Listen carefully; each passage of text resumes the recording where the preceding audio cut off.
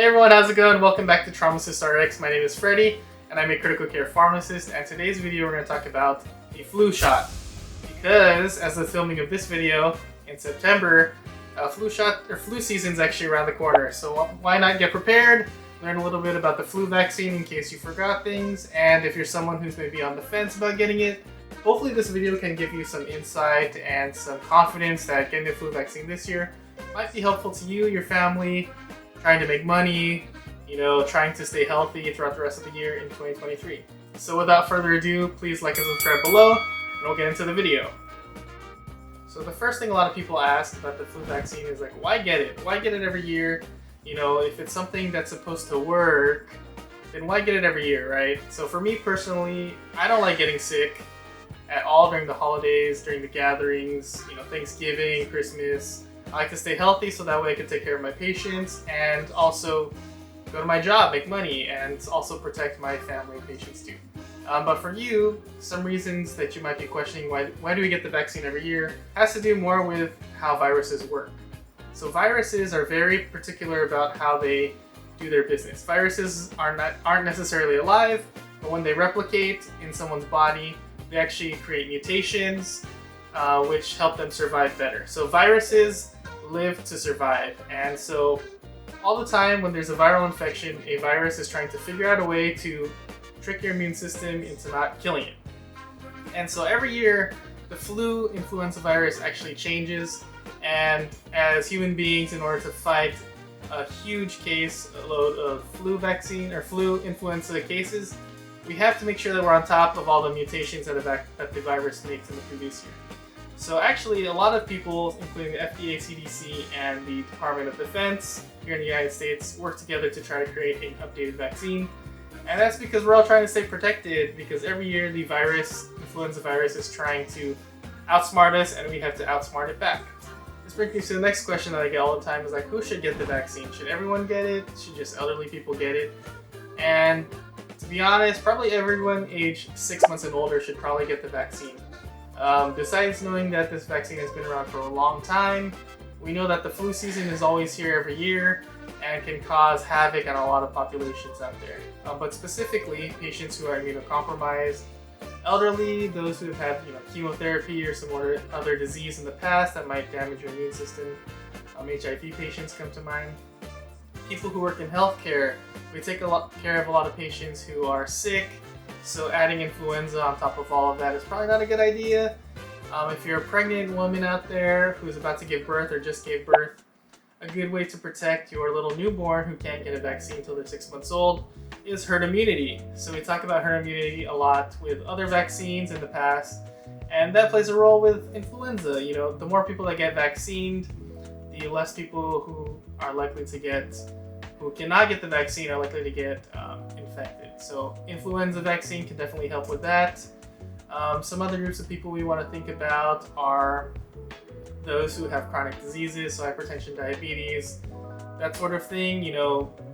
Getting sick with any sort of illness, but including viral infections like influenza, can increase or decrease your control of your disease. So, sometimes I have patients who either they're too sick from the flu and they don't have an appetite, right? So now they're going to be hypoglycemic, which can send them to the hospital.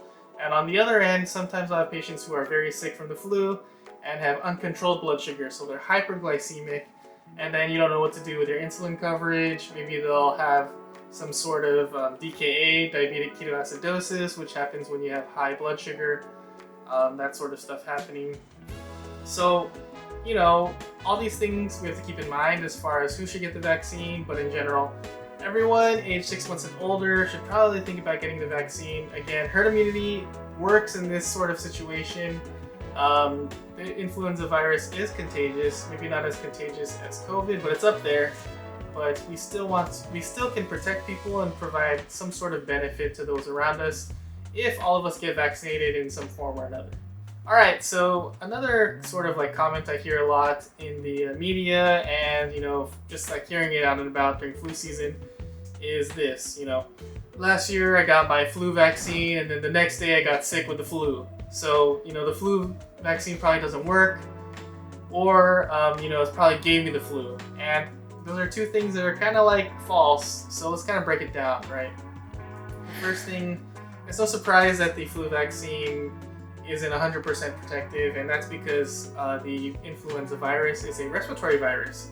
So with respiratory viruses, they live in a respiratory tract, and which means that they can spread easily to others, even if you have an immune system sort of vaccine or something protecting you, right? So that's the number one. That's number one. You know, influenza virus, COVID, RSV, any sort of respiratory virus is super infectious and contagious, even if you try to take a vaccine. So in general, the vaccine is about 50 to 60% effective.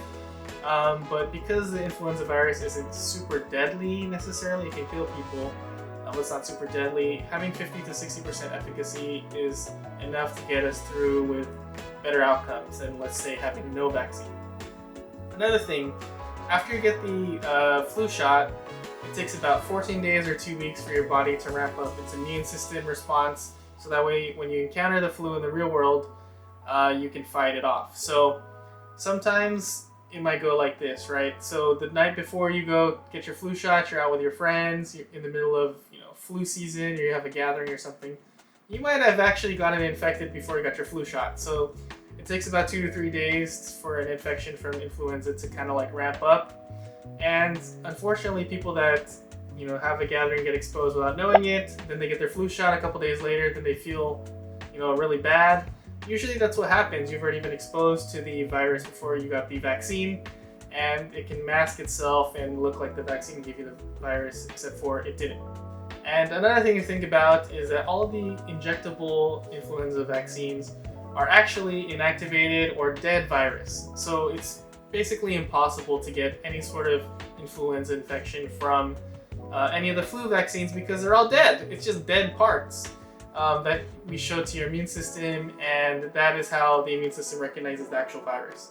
The only caveat is the nasal spray vaccine that's out there, the flu mist, actually has live virus in there, but that virus, even though it's alive, it's weakened enough to not cause you to get sick anyways. So regardless if it's the influenza mist one or any of the injectable vaccines, it's pretty much a zero chance that you're going to get infected with the flu from the vaccines. So those are things to think about when you're, why do you get sick after you're getting the flu shot, right? Not from the vaccine, but actually probably because you're in the middle of flu season and people around you are actually sick, or they're spreading the germs everywhere like normal, and it's also winter, so it's easier to get a respiratory virus infection anyways. Alright, so kind of the last common thing that I usually get is, what if I'm allergic to eggs?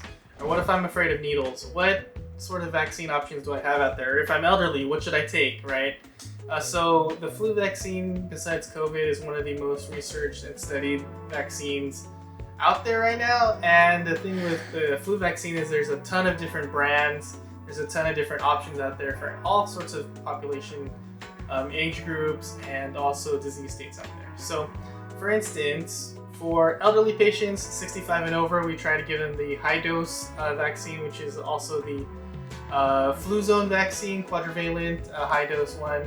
So we give that at our hospital for those sorts of patients. If you're someone allergic to eggs or egg products, one of the non-egg containing vaccines is called Flu Block.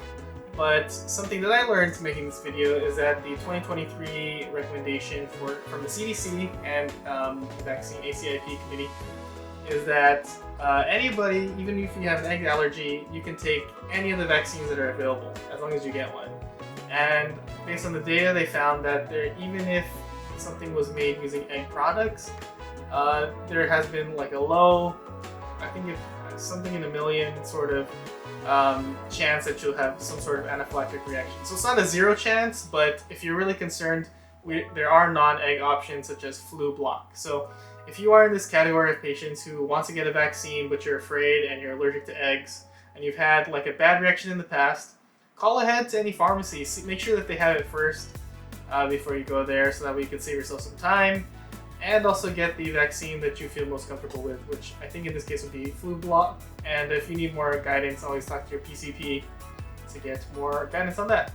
And then lastly, for those of you afraid of needles out there, even though the needle is super small, it's like, I wish I had a needle to show you. but it's super small. If you're afraid of getting poked by a needle, the next best option for you would be to get the flu mist vaccine, which is available, in limited supply in different areas. So if you really want that one, try to call around, see if you can get that one. So again, the flu mist vaccine is one that goes intranasally. Basically, they'll take the medication, draw it up, and then spray it into your nose. And this one contains the live influenza vaccine. But then, again, remember, even though it's alive, it's weakened to the point where it cannot cause an illness. The reason why it's live is probably because of the way it keeps it more stable in vaccine form when it's alive versus if it's inactivated. And because it shoots up your nose, this particular vaccine will replicate in the nose, not causing an illness, but help give your immune system a chance to say, hey, there's something in your nose, let's check it out. And it ends up being priming your immune system for a flu virus. So, now that we're at the end of the video, let's answer the question, should you get the flu vaccine in 2023? And the answer is absolutely. The flu vaccine is something that, I don't know why it's so controversial, or a lot of people are so anti-vax against the flu vaccine. It's been around for decades. Every year we update it. It's like getting a new iPhone iOS update, or whatever, a computer update on your Windows or Mac or whatever. Getting an updated vaccine should be something we're excited about, because it means that there's people out there researching the newest virus out there for us to combat. The flu vaccine has a lot of benefits, even though it's not perfect. It can help you stay protected, shorten your influenza course, and also protect those who can get vaccinated, such as infants and those who might be super allergic to a component in the vaccine that's not able to be avoided. So, in this video, I hope that you learned a little bit of something new or reviewed, the benefits of getting a vaccine. And hopefully you get your flu shot soon, because again, flu season is almost here. The earlier you get it, the more protected you will be and can enjoy your family time, go on vacation, the holidays, and be less anxiety with getting the flu virus, and also stay healthier. So anyways, I hope that this makes you a little bit more confident to get the vaccine.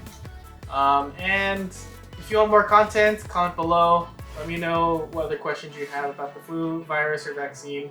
Maybe I'll do a myth and facts video again in the future if you want. But let me know your comments and thoughts below, and like and subscribe. And thank you so much for watching to the end. Take care, stay safe, and get your flu vaccine. Alright, talk to you later. Hey everyone, thank you for watching this video. If you like the content, make sure to like below or subscribe on top of Carmel's head. And if you want more content, check out the videos over there. Yay! Take care, guys.